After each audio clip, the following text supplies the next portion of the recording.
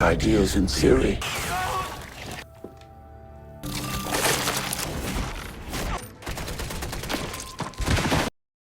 Welcome back rockers. स्टेन के 15th part में आपका स्वागत है। तो सीरीज के 15th पार्ट की शुरुआत में वेस्ली और चार्लोट डेकोटा के बर्फीले जंगलों में हिरन का शिकार करते हैं। बाद में सभी खाना खा रहे होते हैं, लेकिन क्विलिन बड़ी चिंता में है क्योंकि उसको नक्शे पर मिसाइल बेस के बारे में पता ही नहीं चल रहा है। रोमन बताता है कि वो जगह एक खुफिया जगह है, इसीलिए वो नक्शे पर कभी नहीं मिल सकती। दूसरी तरफ फिलाडेल्फिया में एफ्राम और एलेक्स मिलकर जहर को तैयार करते हैं ताकि वो उस जहर को खून वाले टैंकर में मिला सके। काम करते हुए उनके बीच में दोस्ती होने लगती है। वो दोनों अपने खो चुके बच्चों और पुरानी यादों के बारे में बात कर रहे हैं। अगले सीन में क्विलिन, वेस्ली, चार्लोट और रोमन मिसाइल बेस पर पहुंच गए हैं। वहां कुछ इंसान और वैम्पायर्स की लाशें पड़ी हुई है।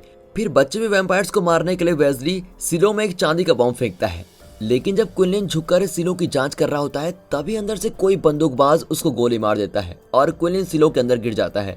इसमें क्विलिन को काफी चोट पहुंचाती है। तभी रोमन को लगता है कि बंदूकबाज कोई उसका पुराना दोस्त हो सकता है, इसलिए वो बंदूकबाज से बात करने की कोशिश करता है, लेकिन अंदर से कोई जवाब नहीं आता। इसीलिए वेस्ली दूसरे रास्ते से अकेले अंदर जाने का तय करता है। अब जल्दी उसको बंदूकबाज मिल जाता है और क्विलिन की मदद से वो उसको मारता है। उसके बाद क्विलिन उस बंदूकबाज को गोली मार के खत्म कर देता है। दूसरी तरफ जैक अपने एक पालतू सांप को खाना खिला रहा होता है। तभी वहाँ पर साफ सफाई करने वाली लड़की आ जाती है और जैक का पालतू फिलर उस लड़की पर घुर्राने लगता है, जिससे वो लड़की बहुत डर जाती है।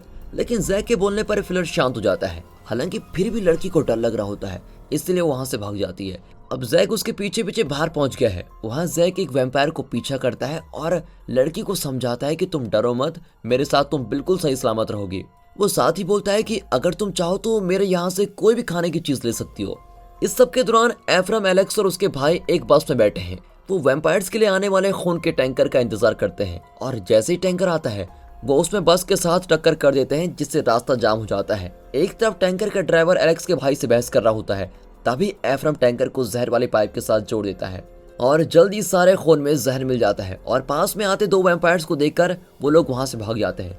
उसी रात जैक उस लड़की को अपने साथ अमेरिका के एक पुराने म्यूजियम में लेके जाता है और जब दोनों बातें कर रहे होते हैं तभी लड़की बताती है कि परमाणु बम के धमाके में मेरी मम्मी पापा मर गए थे। अब जैसा कि धमाके का जिम्मेदार खुद जैक ही है, इस वजह से वो कुछ समय तक तो बात करने में घबराता है, लेकिन कुछ समय बाद जैक बोलता है कि तुम और तुम्हारा दोस्त मेरे यहाँ से जितना चाहे उतना खाना ले सकते हो।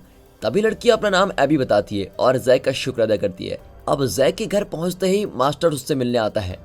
जैक मास्टर से पूछता है कि बचे हुए इंसानों के लिए खाने की इतनी कमी क्यों है। साथ ही बोलता है कि अब से मुझे आपके सफेद खून की जरूरत भी नहीं है। फिर मास्टर बातों को जोड़ तोड़ के जैक के सामने रखते हुए बोलता है खाने की कमी परमाणु बम के धमाके की वजह से हुई है। वो साथ ही बोलता है कि इंसानों के घमंड और लालच कभी खत्म नहीं हो सकती। मैं लाखों इंसानों के दिमाग पढ़ सकता हूँ जो कि वैम्पायर में बदल चुके हैं, इसलिए मैं जानता हूँ कि इंसान सबसे खतरनाक जानवर है।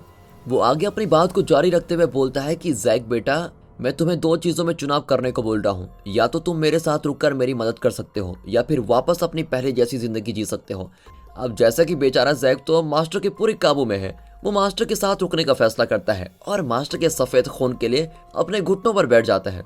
अब दूसरी तरफ डेकोटा में दिखाते हैं तो रोमन को पता चलता है कि मिसाइल का एक बहुत ही जरूरी सामान वहां से गायब है और उसके बिना मिसाइल को चलाया भी नहीं जा सकता। उसको शक होता है कि मास्टर ने ही उस सामान को चुराने के लिए वैम्पायर्स को भेजा होगा, इसलिए वो वैम्पायर्स के झुंड को ढूंढने का तय करता है। अब इसके दौरान रात के समय एफ्राम, एलेक्स और एलेक्स का भाई पार्टनरशिप कंपनी की एक बिल्डिंग के बाहर खड़े हैं। पिछले 2 घंटों से वहां कोई वैम्पायर नहीं दिखता है, इसीलिए एफ्राम को विश्वास होता है कि सभी वैम्पायर्स मारे जा चुके हैं। वो तीनों अंदर जाते हैं। वहां उनको बहुत सारे मरे हुए वैम्पायर्स दिखते हैं।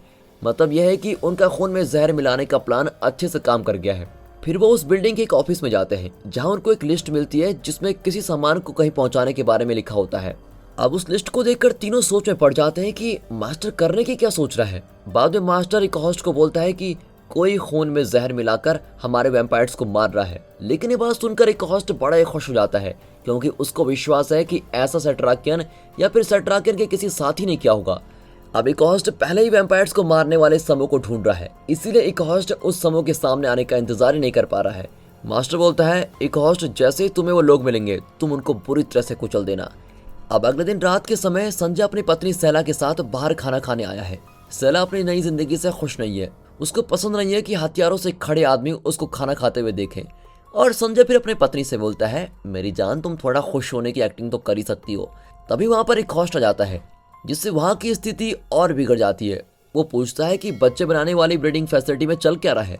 वो साथ ही बोलता है कि मैं चाहता हूँ कि औरतें 9 से कम महीनों में बच्चों को जन्म दें और साल में हर औरत के 2 बार बच्चे होने चाहिए। वो संजय को धमकी देते हुए बोलता है कि अगर तुम अपना काम से ठीक से नहीं कर पाओगे तो हम किसी नए आदमी को ढूंढ लेंगे। बच्चे बनाने वाली ब्रीडिंग फैसिलिटी में संजय डच को अपने ऑफिस से बुलाता है और बोलता है कि जैसा तुम जानती हो कि सोफी पहले बच्चे को ऑपरेशन के जरिए जन्म देने वाली है, इसलिए मैं चाहता हूँ कि ऐसे वक्त तुम उसके साथ रहो। लेकिन डच उसका ये काम करने से मना कर देती है। तभी संजय उसको धमकाता है कि अगर तुम मेरी बात नहीं मानोगी तो मैं तुमको नरक से भी बुरी जगह में भेज दूंगा। इस सब के दौरान जिस स्कूल में एफ्रम और एलेक्स वगैरह रुके हुए हैं उसमें वैम्पायर्स हमला कर देते हैं और स्कूल से बाहर भागते ही वो सभी वैम्पायर से लड़ते हैं। लेकिन लड़ाई के दौरान एलेक्स के भाई पर एक वैम्पायर हमला कर देता है, इसलिए वो एलेक्स को बोलता है, बहन तू मेरे वैम्पायर से बदलने से पहले मुझको मार दे। एलेक्स तो ऐसा करने से झिझकती है, इसलिए एफ्रम एलेक्स के भाई पर गोली चला देता है। अब एफ्रम और एलेक्स स्कूल से भाग जाते हैं और एक पुतलों के गोडाउन में जाकर छुप जाते हैं। अगले सीन में गस अपने कजन भाई रॉल को बंदूक पकड़ाता है और उसको बंदूक चलाना सिखाता है। तभी वहां पर उनका एक आदमी आता है जो पूरी तरह से घायल हो रखा है। मरने से पहले वो बताता है कि 2 लोग मेरी जगह पर कब्जा करने आए थे, उन्होंने मेरे सामान को चुराकर मेरे ऊपर गोलियां चलाई थी। इसके बाद गस अपने नए दुश्मनों को ढूंढने के लिए बाहर जाता है। गस को उन 2 में से एक बंदूकबाज मिल जाता है और उसका पीछा करते हुए वो सिविल लाइन से होते हुए उनके घर में घुस जाता है। तब पता चलता है कि गस के साथी को मारने वाला कोई और नहीं, न्यूयॉर्क शहर के पुलिस वाले हैं। अब दूसरी तरफ पार्टनरशिप बिल्डिंग में दिखाते हैं तो डच को जबरदस्ती सोफी के साथ रहने के लिए बोला जाता है। सोफी अपने बच्चों को लेकर बहुत ही चिंता में है। वो बताती है कि मेरे पास इस बच्चे के अलावा कोई और नहीं है। वहाँ की नर्स सोफी के साथ बेरुखी से बात करती है। अब कुछ समय बाद डच उस कमरे से बाहर आती है और संजय सोफी के बारे में पूछता है। वहाँ बैठी एक और प्रेग्नेंट औरत डच को संजय से बात करते हुए देख लेती है। वो डच को गलत समझ लेती है और उसको लालची बोलती है। दूसरी तरफ एफ्रम एलेक्स के भाई की मौत के बाद एलेक्स को दिलासा देता है। फिर एफ्रम कैली और जैक के बारे में बताता है कि मेरे बेटे ने ही शहर में परमाणु बम को फोड़ा था। जब एलेक्स पूछती है कि क्या तुम्हारा बेटा जैक अभी भी जिंदा है, तो एफ्रम जवाब देता है कि मुझे इस बारे में कुछ भी नहीं पता, मेरे हिसाब से तो वो मर चुका हो, यही अच्छा होगा। अब सारा सच जानने के बाद एलेक्स अभी भी एफ्रम का साथ देना चाहती है। जब वो बाहर जाते हैं तो उनको एक पर्चा मिलता है। वो पार्टनरशिप कंपनी का पर्चा है जिसमें लिखा हुआ है कि हम कुछ नए लोगों को काम पर रख रहे हैं। उन लोगों को न्यू हॉरिजन नाम की एक नई जगह पर ले जाया जाएगा और वहाँ खेतों में काम करवाया जाएगा। फिर एफ्रम और एलेक्स को महसूस होता है कि पार्टनरशिप बिल्डिंग में सामान ले जाने वाली गाड़ियों की लिस्ट जो उनको मिली थी असल में वो इंसानों को ले जाने वाली गाड़ियों की लिस्ट है। अगले सीन में गस वापस अपने लोगों को बताता है कि हमारे आदमी को न्यूयॉर्क पुलिस डिपार्टमेंट के आदमी नहीं मारा है। फिर वो प्लान बनाते हैं कि कैसे वो पुलिस वालों की खुफिया जगह में जाकर अपने हथियारों को वापस चुरा सकते हैं। अगले दिन वो सिविल लाइन से होते हुए बिल्डिंग में पहुंच जाते हैं। गस का एक आदमी स्नाइपर बंदूक के साथ सामने वाली बिल्डिंग में है। वहां से दरवाजे के बाहर खड़े 2 पुलिस वालों को वो गोली मार देता है और इसकी वजह से बाकी के पुलिस वालों का ध्यान भटक जाता है और मौके का फायदा उठाते हुए गस के आदमी अंदर घुस जाते हैं। कुछ समय बाद पुलिस वाले वापस आते हैं और दोनों गुटों के बीच खतरनाक लड़ाई होती है, लेकिन लड़ाई को तो गस की टीम जीत जाती है।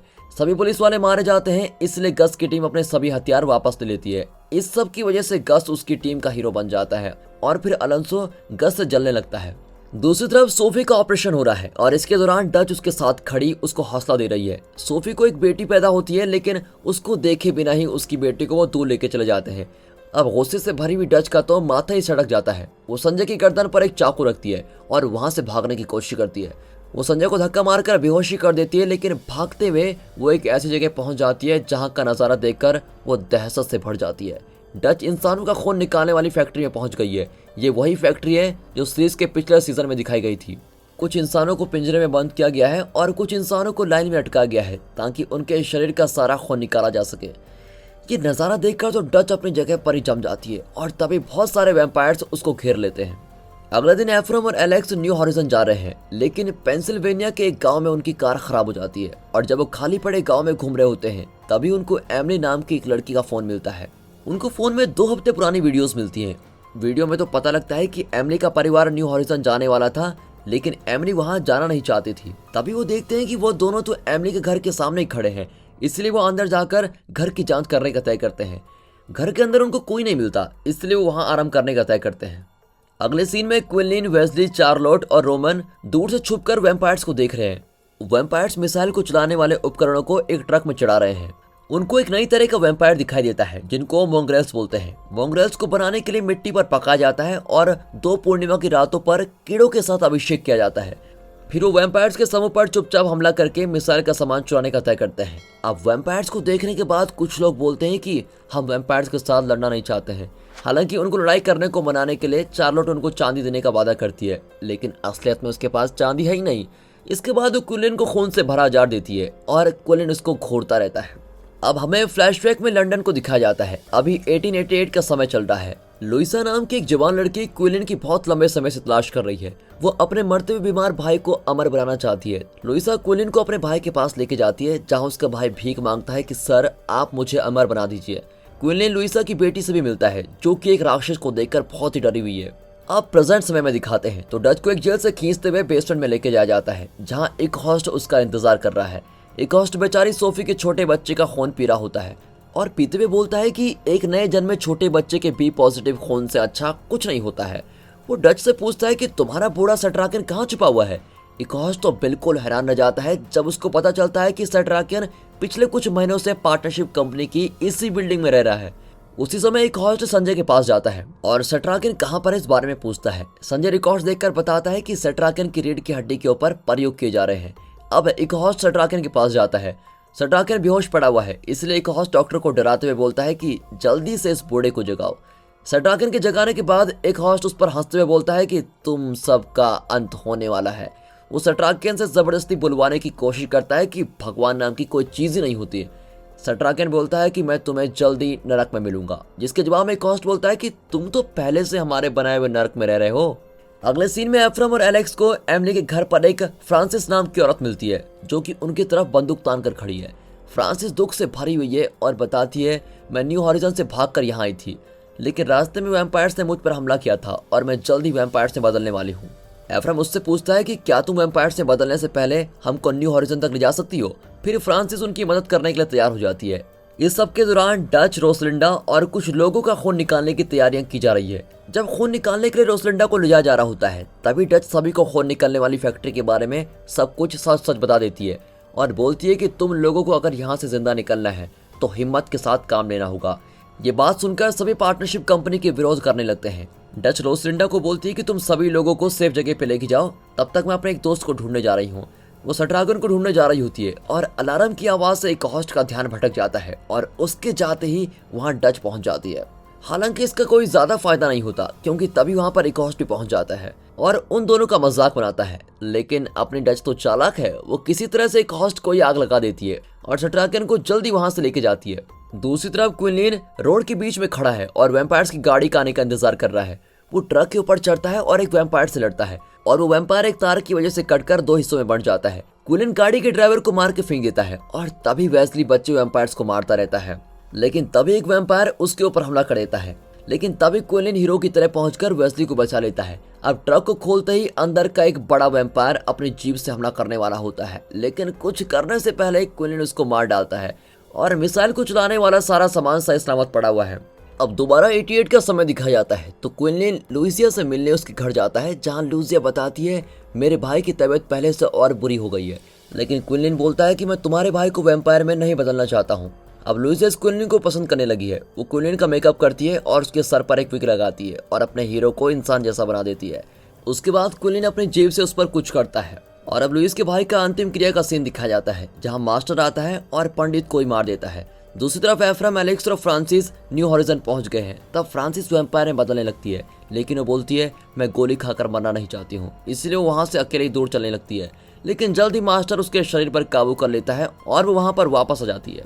मास्टर फ्रांसिस के जरिए एफ्रम से बात करते हुए जैक के बारे में बताता है कि कैसे जैक में नए बदलाव आए हैं। तभी मास्टर की बोलती बंद करने के लिए एफ्रम फ्रांसिस को एक गोली मार देता है और दोस्तों इसी के साथ ही एपिसोड यहाँ पर खत्म होता है। दोस्तों एफ्रम और एलेक्स को न्यू हॉरिजन में क्या राज पता चलने वाले हैं, पता लगाने के लिए अगला एपिसोड जरूर देखें। साथ ही हमारे channel mister Hindi rocket series को जरूर सब्सक्राइब करें। सभी वीडियोस के पब्लिश करने के साथ आपको नोटिफिकेशन झट से मिल जाएगी। Do like, comment, share. बाकी दोस्तों मिलते हैं इसके अगले पार्ट में, तब तक के लिए गुड बाय, अपना ख्याल रखिए and finally thanks for watching.